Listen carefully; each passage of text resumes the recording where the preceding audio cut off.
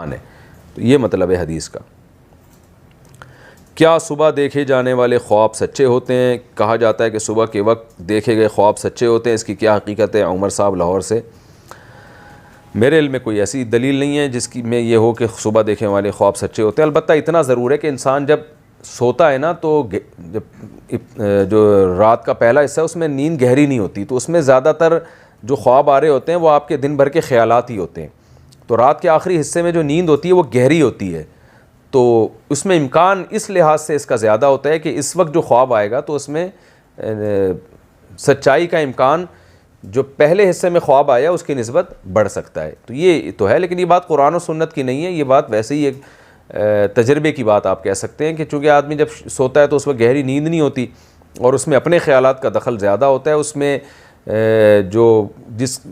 یعنی وہی جس کی نسبت اللہ کی طرف سے، خواب جس کی نسبت اللہ کی طرف سے، اس کا امکان نسبتاً کم ہوتا ہے۔